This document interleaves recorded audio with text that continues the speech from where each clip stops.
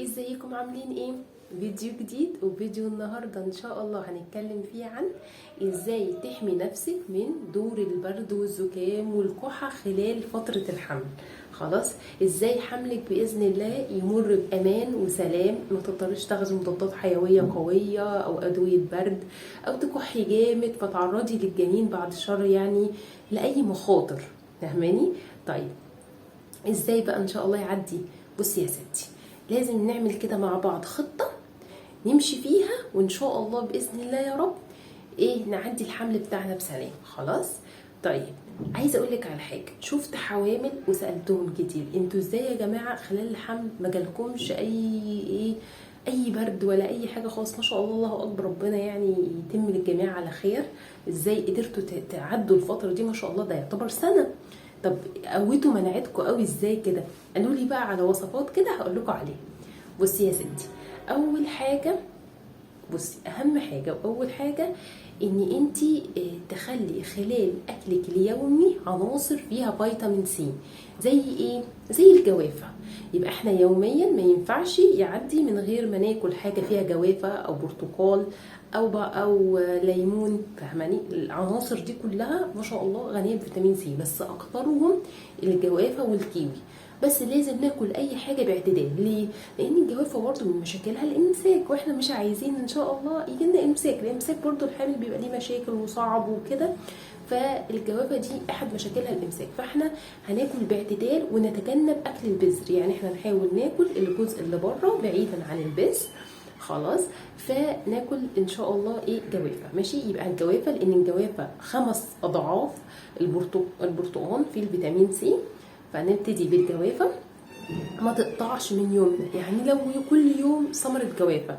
طيب في الشتاء نعمل ايه؟ ممكن نخزن جوافة في الفريزر. الجوافة من الحاجات اللي ممكن تتخزن ونسيبها تفك بره ونعملها عصير، يبقى برضو استفدنا من الفيتامين سي اللي موجود في الجوافة.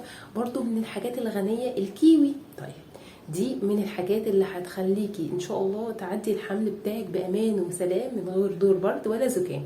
خلاص. طيب، حاجة تانية، حاولي ان انت ما تخرجيش وانت حامل غير في الضروره. ليه بقى؟ عشان نبعد على قد ما نقدر من نزلات البرد، وحد عيان وحد عنده برد وحد بيكح، لان الحامل بتبقى مناعتها ضعيفه شويه، فممكن تلقط البرد بسهوله.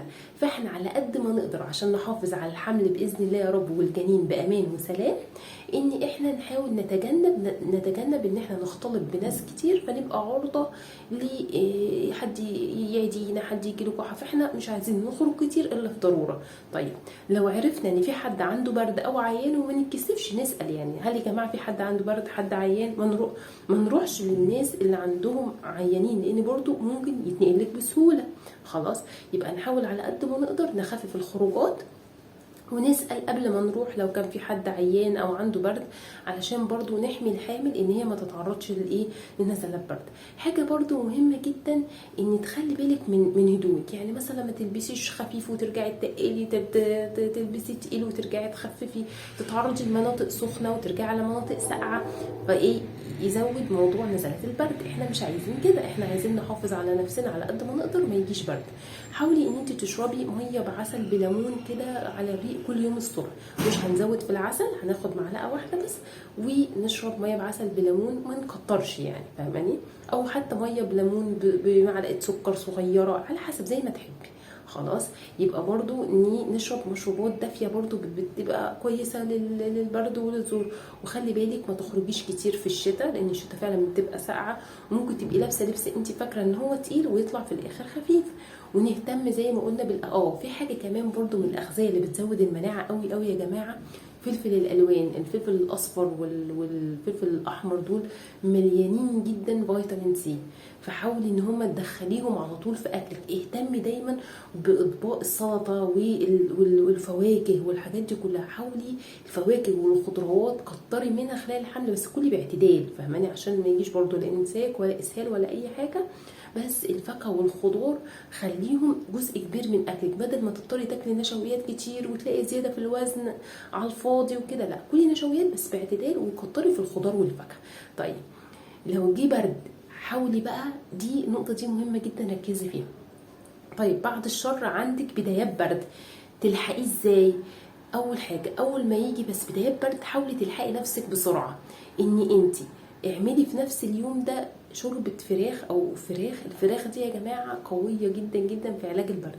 شوربة فراخ ولسان عصفور وتكون دافية، اشربيها بسرعة والحقي نفسك خلاص في موضوع البرد. كمان كلمي الدكتور بتاعك اللي انت بتتابعي معاه الحمل بسرعه وعرفيه ان انت عندك برد، يديكي علاجات وقائيه، يديكي مثلا دواء فيه فيتامين سي، يديكي ادويه بسيطه او خفيفه للبرد عشان ما يزيدش. فلما يزيد تضطري تاخد علاجات اشد، واحنا عارفين ان اي حاجه الحامل بتاكلها بتنزل للجنين، فاحنا مش عايزين نوصل لمرحله ان احنا ناخد علاجات قويه تاثر على الحمل او الجنين. فالحقي نفسك، يعني بصي السر الحقي نفسك، الحقي نفسك بطريقه وقائيه، أطعمة غنية بفيتامين سي، وما تعرضيش نفسك لنزلات البرد كتير. والحقي نفسك أول لما يجيلك البرد ارفعي سماعة التليفون على طول واتصلي بالدكتور اللي انت بتتابعي معاه وقولي له ان انا عندي بدايات برد او بدايات كحة، اعمل ايه، اتصرف ازاي، اخد دواء ايه.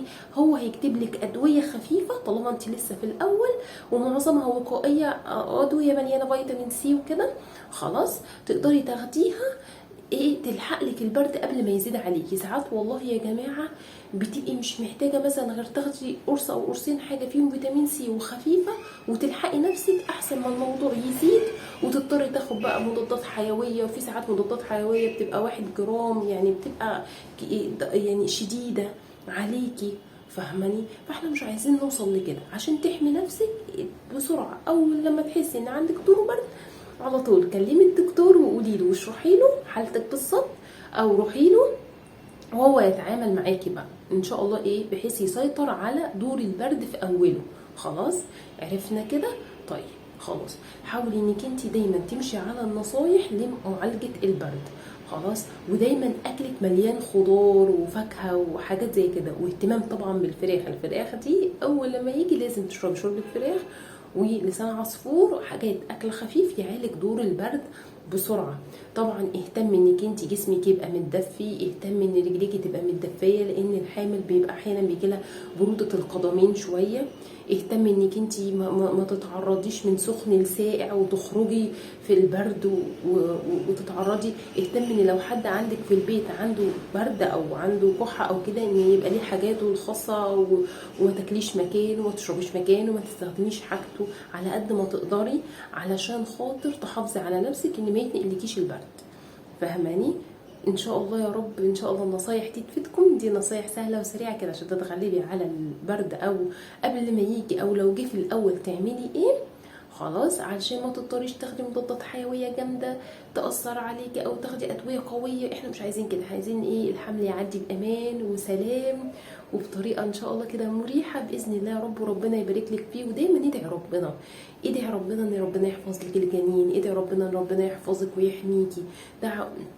دعاء يعني الدعاء ان شاء الله يكون يا رب باذن الله مستجاب. فادعي دايما ربنا بده. لو عجبك الفيديو ما تنسيش لايك واشتراك وسبسكرايب، وتابعيني ان شاء الله فيديوهات تانية كتير باذن الله.